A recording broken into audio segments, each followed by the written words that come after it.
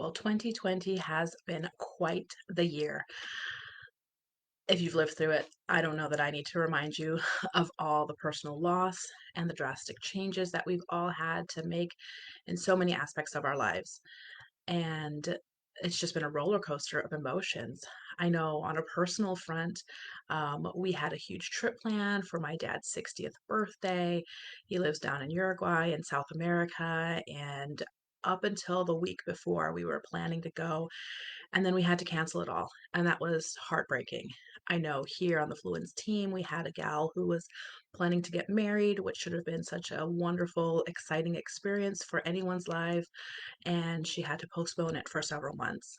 A dear friend of mine had her mom pass away, and she couldn't even have a funeral for her mother and to pay her respects. So it's not just us as adults that have had it rough.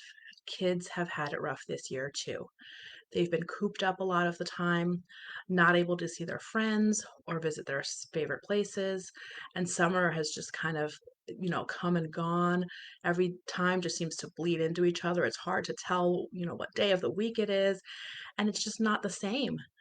And even with school starting now, it's a new normal, right? We've all heard that phrase before, all these catchphrases, new normal, pivot, unprecedented, but it truly is.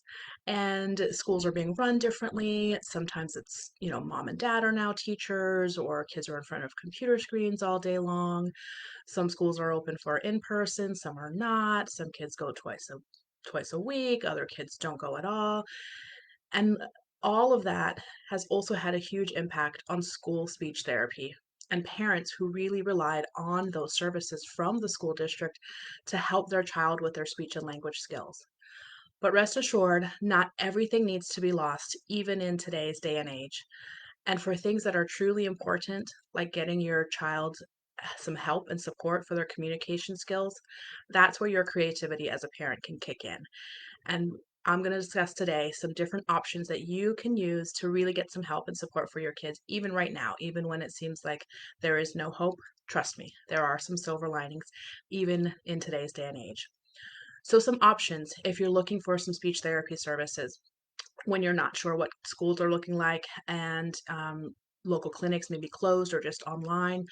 The first step, regardless of where you are and what option you choose to pursue, is to get an evaluation, especially if your child hasn't had services before. And you're kind of on the fence. You're like, I think something's not quite the same as other kids at the playground, or when my older kids just didn't have these delays. An evaluation is the first step for you to be able to get some answers and some peace of mind in knowing should you pursue services, or is this kind of par for the course, typically developing speech and language skills. And the good thing is now in this pandemic and this age, we've all had to be creative, right? As clinic owners and as business owners, as parents, we've all had to find new ways. And so one of the great things is that a lot of clinics these days are now moving to online. And the great thing about that is that there's a little bit more increased flexibility with that. So whether you get an evaluation online or in person, there can be pros and cons to both, but just know that there are options available out there. If you do choose to get services online for your child, that's awesome. Lots of benefits to that. One, the convenience of it. You don't even have to leave your house. There are programs that therapists are using, SLPs are using to interact with your child live through the computer. Maybe similar to what some of the schooling is looking like now. And evaluations often can take place online too. Another benefit, again, scheduling can be more convenient to what your child's day looks like. You don't need to drive 30 minutes. You don't need to lug all the other kids in the car to get there. So that is one huge advantage. And really, experienced therapists can have techniques under their tool belt to help keep your child engaged, even through a computer system. I know when we first here at Fluence first moved to online services, it was, uncharted territory for us and for our clients and families. but they trusted us and they knew that we had their child's best interest at mind. So they went on that journey with us. And at first it was a little rocky, but we're now that we're 6 months into it, we've definitely seen the benefits of online speech therapy, including several of our clients have graduated by only doing online speech therapy, which is just a testament to show how beneficial that platform and that way of getting services really can be. Another benefit, if you decide to go for the online speech therapy route, is that you can see the exact strategies and the skills to practice with your child. And you can get feedback from the therapist in real time. So if you're sitting next to your child and your therapist is telling you to do a certain thing, you can practice it right then and there, and the therapist can tell you, yeah, that was great, or no, maybe try it this way. And you can get that real time feedback, which you may not be able to get sometimes in an in-person clinic situation. So that, like I said, definite benefits to online speech therapy, and many therapists are able to do evaluations over the internet as well. If that's not what you think is an option, totally fine. Like I said, in this pandemic, in this time of need, getting creative is really important. So there are other things that you can do to take action now. Maybe your child, you just don't feel like your child would sit in front of a computer for 30 minutes or an hour.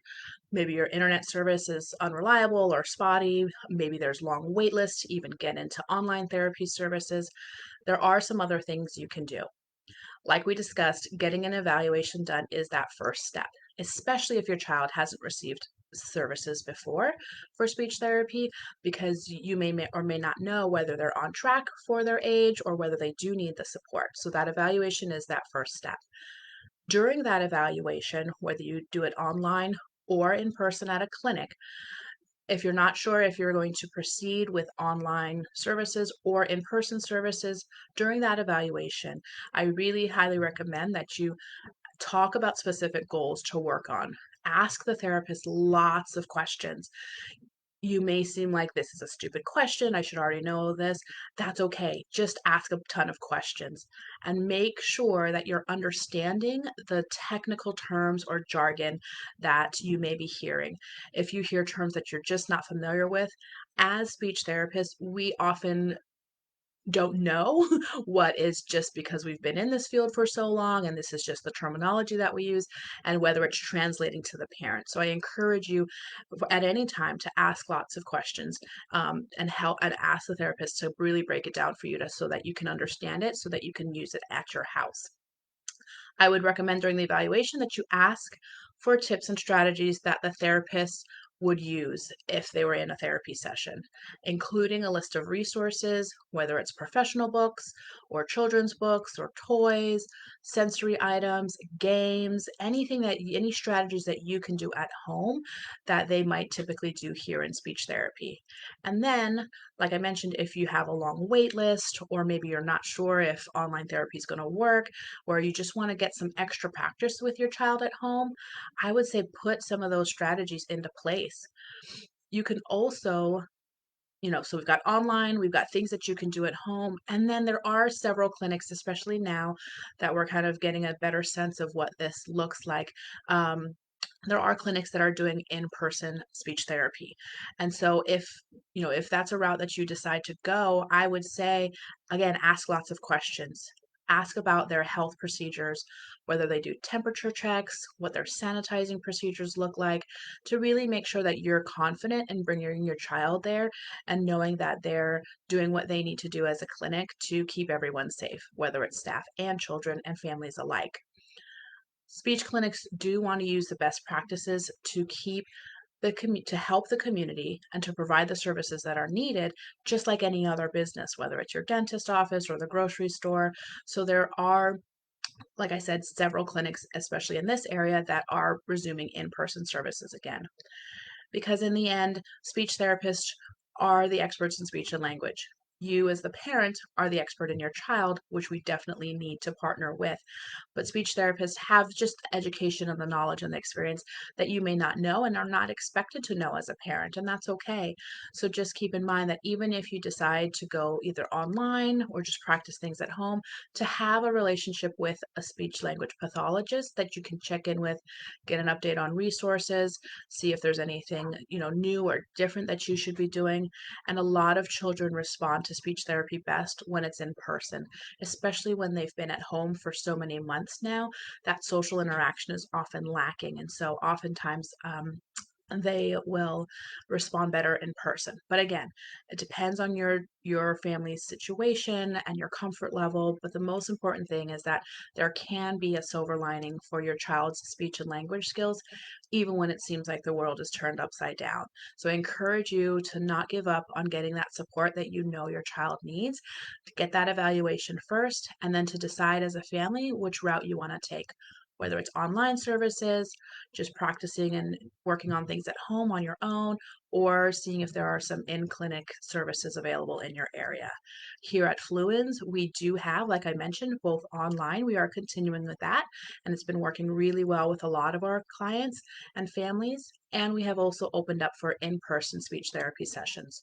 So if you or someone you know is interested in that in the Tacoma, Washington area, feel free to, I'll put a link in the bottom for a free parent consult to see if we're a good fit. We are offering online speech therapy services for kids throughout the state of Washington. So that's also an option that we get to serve more people in that way, which again is another silver lining throughout this whole period.